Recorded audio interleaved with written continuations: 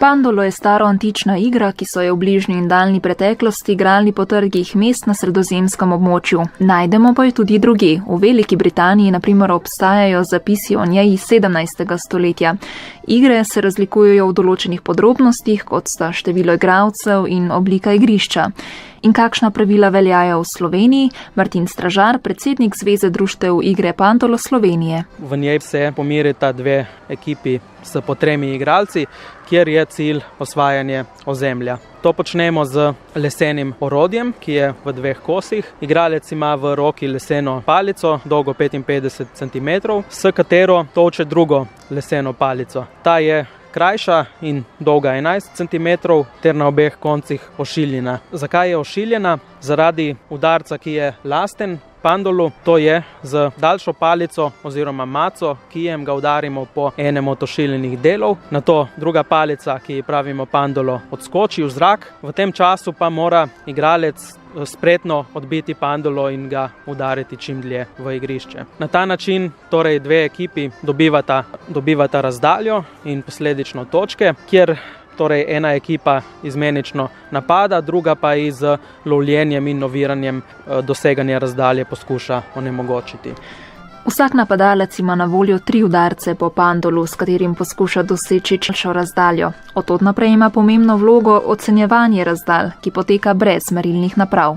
In sicer, koliko po njihovem mnenju znaša razdalja od pandola do začetne točke igrišča, to je baze. Dodatna težava pri tem je še to, da je razdalja merjena v macah, torej palicah, ki so dolge 55 cm in zaradi tega mogoče nevajenim igralcem nekoliko neintuitivne. Ko ekipa v napadu najavi svojo predvideno oceno, ekipa v obrambi bodisi sprejme, bodisi zavrne najavljeno oceno. Sprejetje ocene pomeni, da ekipa v obrambi smatra, da najavljena razdalja znaša točno toliko ali pa več mac od pandola do začetne točke.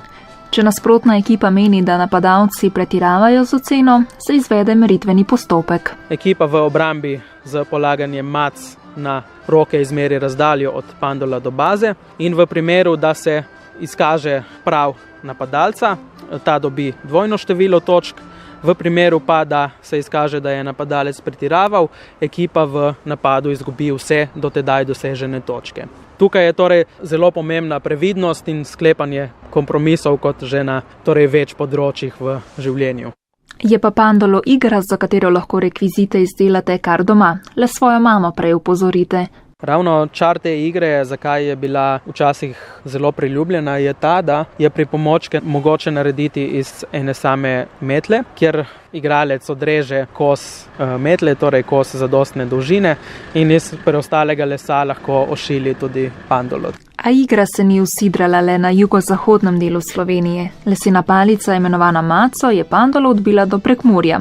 Kot pravi Andrej Kelenc, tajnik Mladinsko-športnega društva Prekmurski pandolaši in član Zveze društev igre Pandolo Slovenije, je bilo odločilno leto 2003. Ko je skupina primorskih pandolašev bila na ekskurziji v Prekmurju in smo jih vprašali, kaj pa je to pandolo, so začeli opisovati igro in na osnovi tega opisa smo mi dojeli, da vse to pa mi poznamo, to pa naši dedki in babice že igrajo pod drugim imenom, pod pecketiš, čoka, svinkanje. Ker je zmagovalec samo en, nas je seveda zanimalo, kdo je boljši v pandolu, Prekmurci ali Primorci. Bomo kar objektivni, bom rekel, da imajo Primorci večjo srečo, bom tako.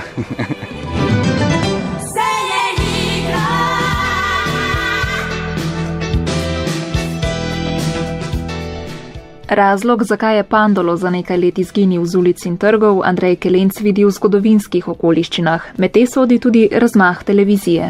Mogoče sam način življenja. Igra velja za pastirsko. Naši dedke, babice so igro igrali po večini med pašom. Se pravi, ko so oni kot otroci cele dneve veseli po pašnikih, pazili na živino. Naši starši pa so že generacija, ki so bili bolj zaposleni v službah. Skratka, igro naša srednja generacija dejansko ne pozna. Mi jo zdaj na novo odkrivamo, na novo obujamo in v bistvu na novo spoznavamo prek naših dedkov in babic. Iskali smo nove nove smeri druženja, ker preveč že takrat mladina zapadala televiziji, igrišča so samevala, so razni športi, ki so preveč usmerjeni na spol oziroma na določeno generacijo in smo dejansko našli ta Pandolo turnir. Čeprav je podobnost med pandolom in bejzbolom ter kriketom očitna, jih ne povezujejo močnejše vezi. V vseh primerih gre za odbijanje recimo žoge iz strelka z pomočjo kija ali palice. Skupno je tudi oviranje nasprotne ekipe, ki napadalcu to poskuša onemogočiti z lovljenjem in izbijanjem začetne točke, ki predstavlja bazo. Od tu naprej pa so igre seveda zaradi različne opreme, pravil privzele drugačno pot. V našem primeru torej, kot že rečeno, ne gre zgolj za manifestacijo fizičnih sposobnosti v prvi vrsti, saj našo igro lahko igra vsak profil igralca, ne glede na starost, mladost ali spol. Vsi skupaj igramo tudi v slovenskem državnem prvenstvu. Nihče ni privilegiran, vsi imajo torej enake možnosti, tudi po prekrogani noči. Meni je zdaj v glavi ostala ena ekipa par let nazaj v Hrvatinih, ki so že večer kampirali na samem igrišču, veselo popivali in smo izjutraj dočakali na samem igrišču. Če se ne motim, so tudi dosegli 3. mesto na turnirju.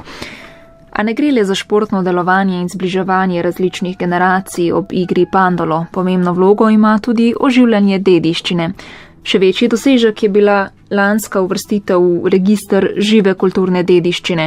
Ne skrivajo pa želje po priznanju Pandola kot olimpijskega športa. Pa se je število treningov za to povečalo?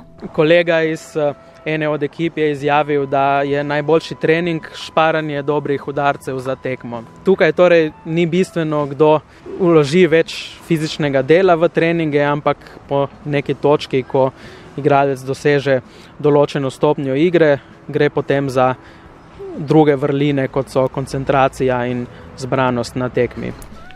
Martin Stražar je Pandolo začel igrati pri rosnih 5 letih in dokazal, da je vztrajnost lepa čednost. Seveda pa pomaga tudi pravilna prehrana. Trudil sem se to igrati kot otrok, seveda je bilo zelo težko zadeti Pandolo, se naučiti teh osnovnih udarcev, za kar je potrebno kar nekaj časa in tudi kakšno beljakovino pojesti, da se lahko igralec enakovredno kosa potem v prvenstvu.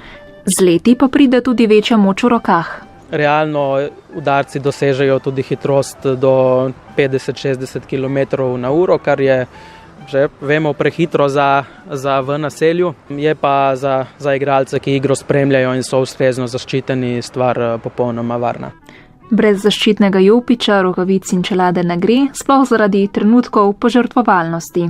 Polovica turnirja za državno prvenstvo je odigranih na travi, kar nam omogoča več požrtvovalnosti v sami obrambi. Moram povedati, da imamo tudi posameznike, ki so zelo aktivni v obrambnih situacijah, tudi na asfaltu, in marsikeri turnir grejo tudi krvavi domov, kar je pa tudi največ. Kakšne modrice, odrgnine so pa dejansko največ, kaj bi se lahko zgodilo ob spoštovanju pravil državnega prvenstva Pandola.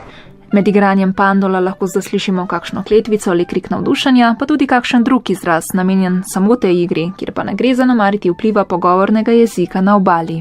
Tipičen izraz je fuori campo, ki pomeni izven igrišča in nakazuje udarec, ki preleti končno črto igrišča in pomeni maksimalno število točk, ki jih igralec lahko z enim udarcem doseže. Dodatni izrazi so še naprimer strišolon, ki označuje od tav odbijajoči se Pandolo. Na to čole je izraz, ki ga ekipa v obrambi izjavi, da nakazuje strinjanje z napadalčevo oceno. Tu sta seveda maca in Pandolo, torej ki ter Pandolo, druga palica, s katero igramo. Severovzhodni prebivalci Slovenije so ohranili izvirne izraze. To pa ne pomeni, da med igro ne bomo slišali prekmurščine. Ja, mislim, da se poslužujejo svojega pogovornega jezika, kar bi radi kakšno informacijo prikrili nasprotni ekipi. Pa igra lahko pomeni nevarnost za koga? Bi rekel, da se je kar veliko oken razbilo na ta način. Iz zabave organiziramo tudi včasih na turnirjih tekmovanje v razbijanju oken kot neko dodatno motivacijo. Morda niti ni čudno, da se med sponzorji občasno pojavi tudi steklar.